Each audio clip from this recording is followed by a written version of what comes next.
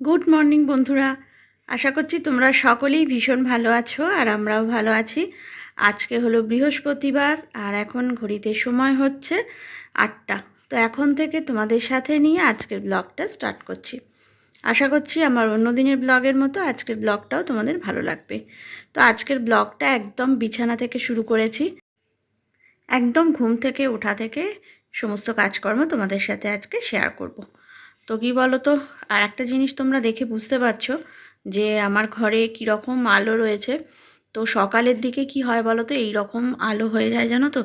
পর্দাগুলো যেগুলো দেওয়া রয়েছে তো সেইগুলো এত পাতলা, তো আর পাতলার থেকেও বড় কথা কি বলো তো, ওপর দিকে তো আলোর পরিমাণটা খুব বেশি। আর আমাদের জানলাগুলো পুরোটাই বেশিরভাগটাই কাঁচের। তো একটুখানি জাস্ট বিট দেওয়া রয়েছে কাঁচটা সেটিংয়ের জন্য। তো বাদবাকি কিন্তু পুরোটা কাঁচের, যার জন্য কি হয় ওপর দিকে আলোটা এত বেশি হয়। তো সকালবেলা কি হয় বলো তো, একটু যেই আলো ফুটে যায়, ওই যে তোমাদের বলি না আগের ব্লগে, তো আমি সবসময়ই বলতাম যে আমরা সকালে উঠে জানলা বন্ধ করি, অন্যেরা কি করে সকালে উঠে জানলা খুলে দেয়, কিন্তু আমরা ওই ভোরবেলা যেই আলো ফোটে না 5টা 5:30 যেই বাজে, তখন আমরা জানলা বন্ধ করে দিই। তো যাই হোক, এই একটা সমস্যা তো রয়েইছে। আর এবার এখন দেখো সকালবেলা বিছানা ছেড়ে একটু ঠাকুর প্রণাম করে নিলাম। আর না, দেখছি সকালে উঠে বেশ ঘাড়টা ব্যথাও হয়েছিল, তার জন্য একটু ঘাড়ের ব্যায়ামও করে নিলাম।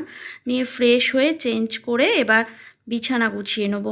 তো জানোই তো, সংসারের ফার্স্ট কাজ কিন্তু আমাদের এখান থেকেই শুরু হয়। তো ঘরের মধ্যে বিছানাটা যদি অগোছালো হয়ে পড়ে থাকে তো সেটা দেখতেও ভালো লাগে না। আর দেখবে একটা ঘরে লোকজন এলে নিজেদেরই একটা কীরকম খারাপ লাগে। তো তার জন্য বিছানাটা কিন্তু ফার্স্টেই গুছিয়ে নেওয়াটা খুব প্রয়োজনীয় কাজ। আর এই পাশটা দেখো আমি চাদরটা একটু টান টান করে গুঁজে নিচ্ছি, কারণ এই সাইডগুলো না দেখি চাদরগুলো বেশ কুঁচকে মতো যায়। তো তার জন্য যেহেতু চাদরটা আমি তুলে আবার নতুন করে পাতি না, আসলে কি বলো তো, আমার সেই চাদরটা তুলে যদি পাতি তো তাহলে পুরো একদম বিছানার ওপর উঠে উঠে গুঁজতে হয়, তো তাতে একটু অসুবিধা হয়। তো যাদের দেখবে বেশ সাইডে অনেক জায়গা আছে তাদের ক্ষেত্রে এটা সুবিধা। তো আমার যেহেতু পুরো উঠে বিছানার সাইডেই গুঁজতে হয়, তো বিছানার চাদরটা ওই তুলে তুলে ঝাড়লে না খুব অসুবিধাই হয়। তো ওই জন্য এমনি এই যে ঝাড়ুটা রয়েছে এটা দিয়ে ঝেড়ে দিই। আর এবার দেখো চাদর পাট করে নিচ্ছি। এখন তো বেশ ঠান্ডা ঠান্ডা মতনই রয়েছে, যেহেতু একটা বেশিরভাগ দিনই একটা বৃষ্টির ওয়েদার রয়েছে, তার জন্য রাত্রের দিকে না বেশ ঠান্ডাও লাগে। আর এবার ওই জন্য চাদর সবাইকে গায়ে দিয়ে শুতেই হচ্ছে। আর চাদরগুলো সব ভাঁজ করে নিলাম। আর কি বলো তো বন্ধুরা, এইটা বৃহস্পতিবার দিনকে আমি ভিডিওটা করেছিলাম, কিন্তু ভিডিওটা যে আমি ছাড়বো, মানে আমি তো জানো দিনের দিনই ছাড়ি বেশিরভাগটাই, তো সেটা আর সম্ভব হয়নি। তো বাড়িতে লোকজন বলতে মাম্পি, তোমরা তো জানো দিদির মেয়ে, তো এসেছে। ও আগের সপ্তাহে এসেছিল, কিন্তু তখনও থাকেনি, বাড়ি চলে গিয়েছিল। কিন্তু গতকাল রাত্রেও এসেছে, ও এখন 2-3 দিন থাকবে আমাদের এখানে। তো বুঝতেই পারছো, এবার ও এসেছিল, এবার ওর মা বাবা তো সবাই মিলেই আর কি একসঙ্গে খাওয়া দাওয়া, তো বেশ মজা করেই কটা দিন আমাদের কাটলো। তো তার জন্য না কি বলবো, সব বুঝতেই পারছো বাড়িতে লোকজন থাকলে যা হয় আর কি। তো তার জন্য ভিডিও একদম রেডি ছিল, কিন্তু যে ভয়েস ওভার দেবো সেই সুযোগটাও পাইনি। আর ভিডিওটা ছাড়তেও না 2 দিন লেট হয়ে গেল।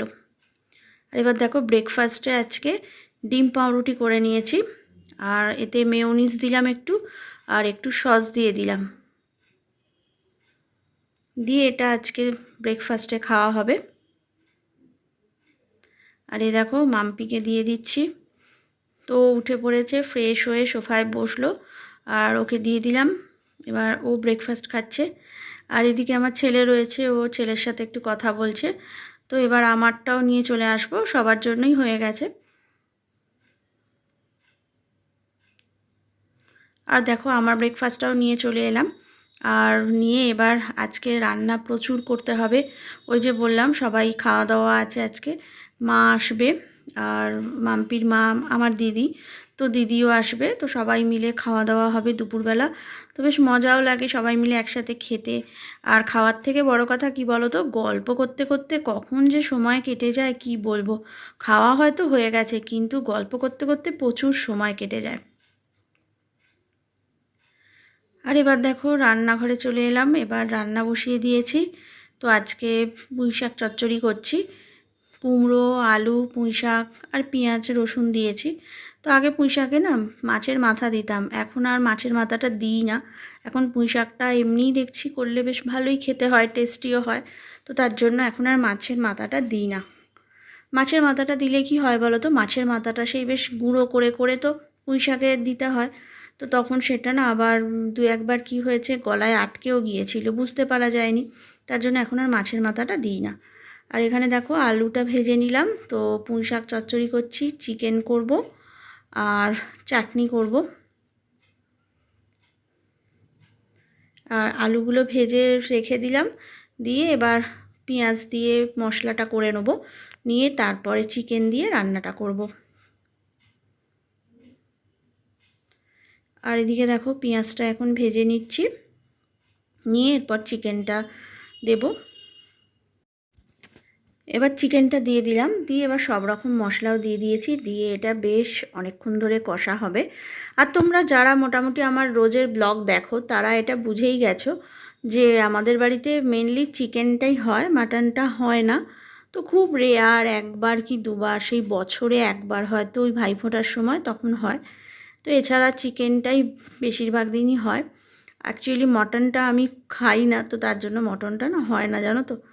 যাই হোক, আর এবার দেখো চিকেনটা বসিয়ে দিয়ে চাপা দিয়ে দিলাম, দিয়ে এবার ঘরে কিছু কাজ রয়েছে। আর এই জামা কাপড়গুলো সব কি বলো তো, কীরকম স্যাঁতস্যাঁতে একটা ওয়েদার, বর্ষার মতন, আর বৃষ্টি তো হচ্ছেই মাঝে মধ্যে। তো তার জন্য কি বলো তো, ঘরের মধ্যে দড়ি টাঙিয়েছি, এই দেখো। তো দড়িতে সমস্ত জামা কাপড়গুলো মেলে দিয়েছি, যেন মনে হচ্ছে কি যে কোনটা একটু একটু ভিজে আছে, বা জামা কাপড়গুলো না কিরকম একটা স্যাঁতস্যাঁতানি ভাব রয়েছে। তো তার জন্য পাখার হাওয়ায় না বেশ ভালো করে শুকনো করে তারপরে এগুলোকে আলমারিতে তুলবো।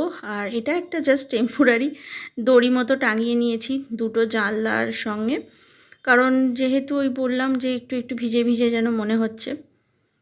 আর এবার দেখো সমস্ত জামা কাপড়গুলো তুলে নিলাম ঘরে যেগুলো মেলে রেখেছিলাম, দিয়ে এবার এ ঘরে রেখে দেবো বিছানায়। আবার একটু সময় বুঝে এগুলো পাট করে আবার জায়গা মতো রেখে দেবো। আর এরপর এখন এ ঘরে বিছানাটা একটু গুছিয়ে নেব। আমার ব্লগটা দেখতে দেখতে যারা এত অবধি চলে এসেছো, তো তাদের যদি আমার ব্লগটা তোমাদের যদি ভালো লেগে থাকে তো অবশ্যই কিন্তু লাইক করে দিও, আর একটা কমেন্ট করে জানিও যে তোমাদের কী রকম লাগলো। বা আর যদি তোমরা আগামী দিনেও আমার ব্লগ দেখতে চাও তো তাহলে অবশ্যই কিন্তু আমার চ্যানেলটা সাবস্ক্রাইব করে দিয়ে আমার পাশে থাকতে পারো। আর এবার দেখো বিছানাগুলো ভালো করে গুছিয়ে দিলাম। আর এই ঘরেতে আমরা শুয়েছিলাম, মানে আমি, মাম্পি, সবাই শুয়েছিলাম। আর ওই ঘরেতে ওরা শুয়েছিল। তো এইভাবে আর কি শোয়া হয়েছিল, মানে ও ঘরে ছেলেরা শুয়েছিল আর এই ঘরে আমরা মেয়েরা শুয়েছিলাম। আর এবার দেখো ভালো করে বিছানাটা গুছিয়ে নিলাম। আর এদিকে রান্না তো হচ্ছে, আর এখন আমি ঘরগুলোকে একটু মুছে নিচ্ছি। আর এর আগে ঘরগুলো সব ভালো করে ঝাড়াঝুড়ি করে নিয়েছি, সেগুলো অতটা তোমাদের সাথে আমি শেয়ার করতে পারিনি। আর এবার এখন এটা মেইন বেডরুমটা, এটাকে একটু ভালো করে মুছে ক্লিন করে নিচ্ছি। আর রান্নার দিকটা না বেশিরভাগটাই কমপ্লিট হয়ে গেছে। আর এবার টুকটাক কিছু কাচাকুচি রয়েছে, সেগুলো কমপ্লিট করব। আর তারপর রান্নাঘরটাও একটু ক্লিন করতে হবে, জানোই তো রান্না করার অর্থই হচ্ছে প্রচুর বাসন পড়ে। আর আমার তো সবটাই জানো যে আমাকে একাই করতে হয়। এবার রান্নার সাথে সাথে বাসন মাজা, গ্যাস পরিষ্কার করা, এগুলো তো আমাদের ধরো কাজ তো থেকেই থাকে একটার সাথে আর একটা। তো এগুলোকে সমস্ত কমপ্লিট করব, করে তারপর স্নান টান করে তারপরে একটু বসতে পারবো, বসে একটু তারপরে সবার সাথে গল্প করতে পারবো। আর এবার দেখো এই ঘরটাও প্রায় মোছা কমপ্লিট হয়ে গেল।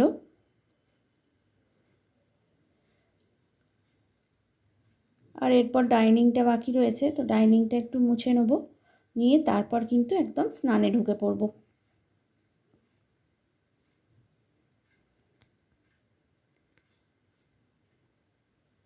আর এই দেখো এখন চলে এলাম ডাইনিংটাতে। তো এবার ডাইনিংটা মুছে ক্লিন করে নিচ্ছি, নিয়ে এবার স্নান করব। আর আমার দিদি এসেছে, ওই যে বললাম সবাই মিলে আজকে খাওয়া দাওয়া হবে, তো সবাই মিলে একটু গল্প হলো। এবার আমি স্নান করে নেবো, নিয়ে এবার ওদেরকে খেতে দেবো। আর এই দেখো এখন সবাই খাওয়া দাওয়া শুরু করে দিয়েছি। মাম্পির প্রায় খাওয়া দাওয়া কমপ্লিট হয়েই গেছে, মাকে আর মাম্পিকে আগে দিয়ে দিয়েছিলাম। এবার আমরা সবাই মিলে বসে পড়বো, আমি দিদি রয়েছি আর আমার ছেলে, 3 জনের রয়েছে। তো এবার আমরা খেতে বসে পড়বো, খাওয়া দাওয়া হয়ে যাবে। তো চলো, আজকে সকাল থেকে রান্না বান্না, কাজকর্ম, খাওয়া দাওয়া সব কিছুই তোমাদের সাথে শেয়ার করলাম। আর আজকের ব্লগটা আমি কিন্তু এখানেই এন্ড করছি। তোমরা সকলেই খুব ভালো থেকো, সুস্থ থেকো। আবার তোমাদের সাথে দেখা হচ্ছে নেক্সট ব্লগে।